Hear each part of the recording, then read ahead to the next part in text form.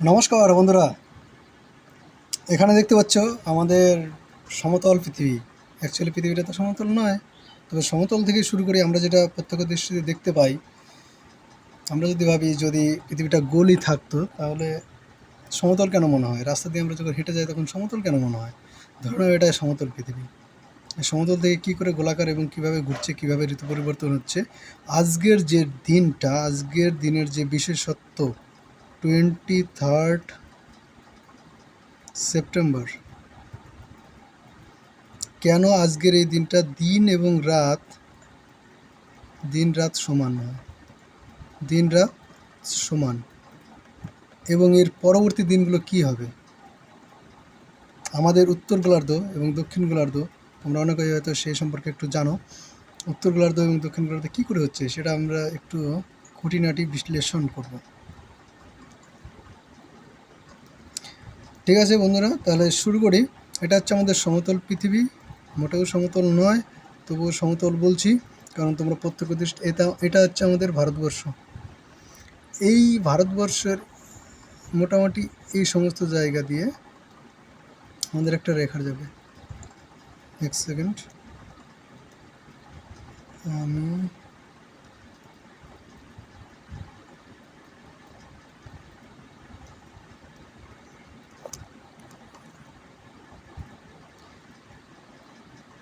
মোটামুটি এই সমস্ত জায়গা,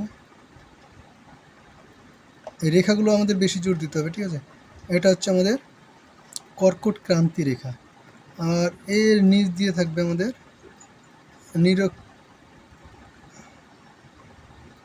আর একটু উপরে হবে অ্যাকচুয়ালি,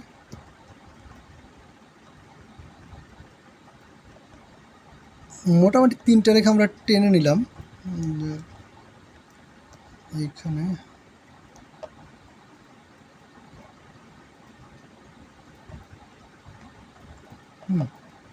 এই 3টা রেখা, এটা হচ্ছে 0 ডিগ্রি,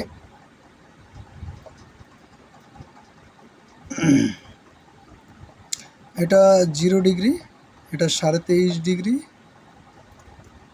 নর্থ, আর এটা হচ্ছে 23.5 ডিগ্রি সাউথ। ঠিক আছে, এবার পৃথিবীটাকে আমি গোল বানিয়ে নিই, দেখি গোল বানিয়ে নিলে আমাদের কি হয়। আমাদের পৃথিবীর চেহারাটা এই যে, এটা হচ্ছে আমাদের পৃথিবী।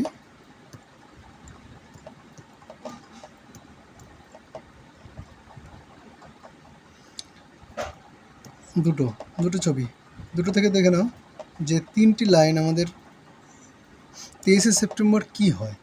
23শে সেপ্টেম্বরের এটা ইকুয়েটর আছে, উপরের দিকে আমাদের এটা হচ্ছে ট্রপিক অফ ক্যান্সার মানে কর্কট ক্রান্তি রেখা, আর নিচের দিকে এটা হচ্ছে মকর ক্রান্তি রেখা। আমরা তাহলে 3টা রেখায় আমাদের মেনলি কাজে লাগবে। এই যে নিরক্ষীয় অঞ্চল কিংবা এই অঞ্চলটায় কিন্তু আমাদের সূর্যের সবচেয়ে বেশি কিরণ পড়ে এবং ইকুয়েটরের উপরে সূর্যের সবচেয়ে বেশি আলো পড়ে।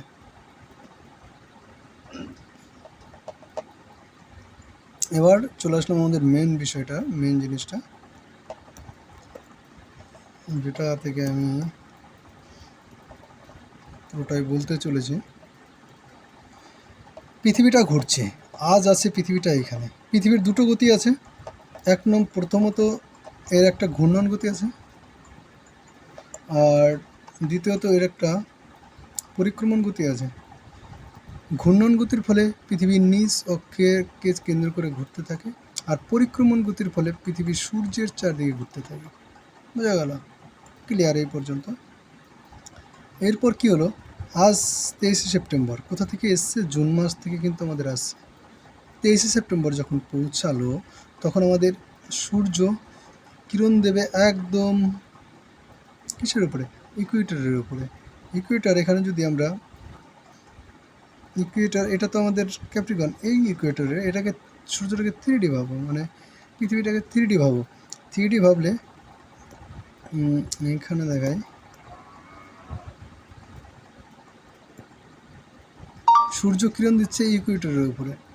ইকুয়েটরের উপরে যখনই কিরণ দেবে আমাদের উত্তর গোলার্ধ এবং দক্ষিণ গোলার্ধ, নর্থ হেমিস্ফিয়ার এবং সাউথ হেমিস্ফিয়ারের সমানভাবে কিরণ পড়বে। সমানভাবে কিরণ পড়ার ফলে উত্তর গোলার্ধে এবং দক্ষিণ গোলার্ধে আমাদের দিন এবং রাত্রির দৈর্ঘ্য হবে সমান। এই জন্য এই দিনটার নাম হচ্ছে বিষুব। এই বিষুব দিনটা দুটো আছে, একটা হচ্ছে মহাবিষুব আর একটা হচ্ছে জলবিষুব।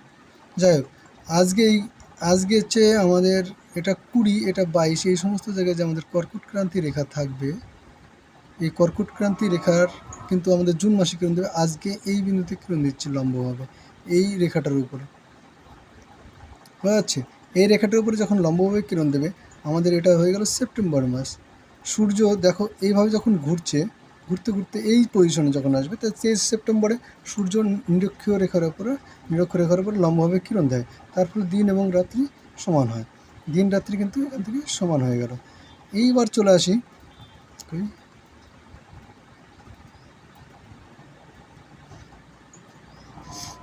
এইখানে কি হচ্ছে, সূর্য এখান থেকে ঘুরতে এই পজিশনে আসলো। এই পজিশনে আসার পরে সূর্যের কিরণটা আমাদের নিরক্ষরেখা, এটা যদি নিরক্ষরেখা হয় তার নিচে পড়বে।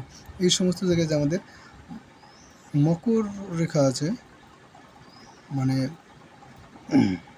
সেই মকর রেখার উপরে কর্কট ক্রান্তি রেখা আর মকর ক্রান্তি রেখা, এই মকর রেখার উপরে যখন লম্বভাবে কিরণ দেবে তখন দক্ষিণ গোলার্ধে হয়ে যাবে আমাদের দিন সবচেয়ে বড় হয়ে যাবে, আর উত্তর গোলার্ধে দিন সবচেয়ে ছোট হয়ে যাবে। আর উত্তর গোলার্ধে যখন দিন সবচেয়ে ছোট হয়ে যাবে সেটা 22শে ডিসেম্বর। আমাদের জানুয়ারি এবং ডিসেম্বর মাসের দিকে প্রচণ্ড ঠান্ডা পড়ে।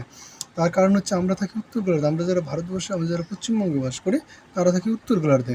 উত্তর গোলার্ধে সূর্য লম্বভাবে কিরণ, মানে দক্ষিণ গোলার্ধে লম্বভাবে কিরণ দেওয়ার ফলে উত্তর গোলার্ধে কিন্তু আমাদের তাপমাত্রা কমতে থাকে।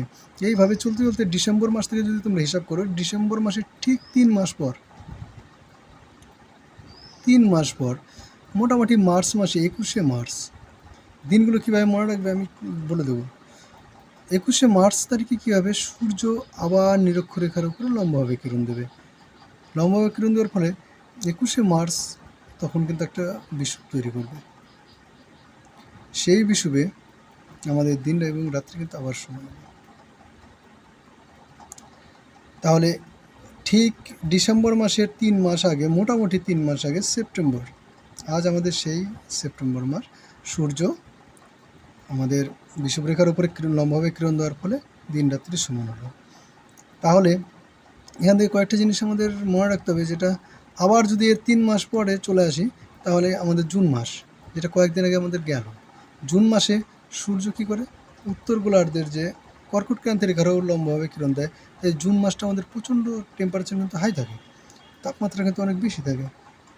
ঠিক আছে, এইভাবে সূর্য কিন্তু তার পরিক্রমণ গতির ফলে 23শে সেপ্টেম্বর, 22শে ডিসেম্বর এবং 21শে মার্চ, 21শে জুন, এই দিনগুলোতে ইম্পর্ট্যান্ট দিন। তার মধ্যে আমাদের মাঝখানে এই দুটো দিন, দিন রাত্রি সমান হবে। এই দিনটা দক্ষিণ গোলার্ধের দিন সবচেয়ে বড় হবে এবং উত্তর গোলার্ধের দিন সবচেয়ে ছোট হবে। এই দিনটা আমাদের উত্তর গোলার্ধের দিন সবচেয়ে বড় হবে এবং দক্ষিণ গোলার্ধের দিন সবচেয়ে ছোট হবে। আজকে তোমরা দেখতে পাচ্ছ যে মোটামুটি কিছুদিন আগে 6:30 পৌনে 7টা বেজে যেত, তবে তবুও আলো থাকতো, কিন্তু এখন 6টা বাজতে দেখবে যে আলো কমে যাচ্ছে। তার কারণ কিন্তু এটাই, আমাদের দিনটা ছোট হচ্ছে। সূর্য, এটাকে বলা হয় সূর্যর পরিক্রমণ গতি। আর এই পরিক্রমণ গতির এইখান থেকে সূর্য হাইয়েস্ট উত্তর বিন্দু থাকে। 21শে জুনের পর থেকে সূর্য আস্তে আস্তে এইখানে যদি একটা আমাদের পৃথিবী থাকতো তাহলে এটা কিন্তু একটুখানি এগিয়ে যেত, উপর দিকে একটুখানি এগিয়ে যেত। এরকম করে সূর্য কিন্তু আস্তে আস্তে মনে হচ্ছে দক্ষিণ দিকে সরে যাচ্ছে। তাই সূর্যের দক্ষিণায়ন শুরু হয় এই বিন্দু থেকে, 21শে জুন। এই দিন সূর্য যেদিন দক্ষিণায়ন শুরু হয় তার ঠিক 6 মাস পরে সূর্যের আবার উত্তরায়ণ শুরু হয়। এই দিনটাতে 22শে ডিসেম্বর সূর্য কর্কট ক্রান্তি রেখার উপর লম্বভাবে কিরণ দেয় এবং তখন থেকেই সূর্য আবার রিটার্ন করে। যখন আমাদের এইভাবে সূর্যটা ঘুরতে থাকবে তখন আস্তে আস্তে সূর্য কিন্তু আস্তে আস্তে আমাদের নিরক্ষীয় রেখার উপরে লম্বভাবে কিরণ দিতে থাকবে। তাহলে কয়েকটা দিন, প্রথমত 22শে ডিসেম্বর আমাদের মনে থাকে, তখন আমাদের প্রচণ্ড ঠান্ডা থাকে, ফলে উত্তর গোলার্ধে লম্বভাবে কিরণ দেওয়ার কোনো প্রশ্নই নেই। এর ঠিক 3 মাস পরে আমাদের আসবে মার্চ মাস।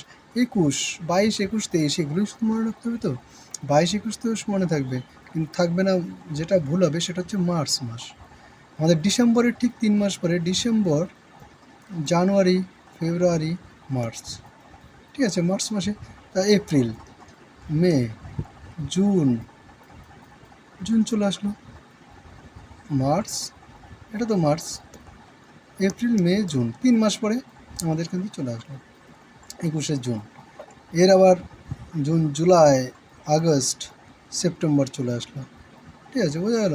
এভাবে 3 মাস পর পর কিন্তু আমাদের মোটামুটি কম বেশি 3 মাস পর সূর্য ঘুরতে থাকে। আর এই 23শে সেপ্টেম্বর এই জন্যই একটা বিশেষ দিন, যেখান থেকে সূর্য আমাদের উত্তর গোলার্ধে কিন্তু 6 ঘন্টা থেকে আমাদের দিনটা এখান থেকে ছোটো হতে থাকবে আর ঠান্ডা পড়তে থাকবে। ধন্যবাদ, এই পর্যন্ত।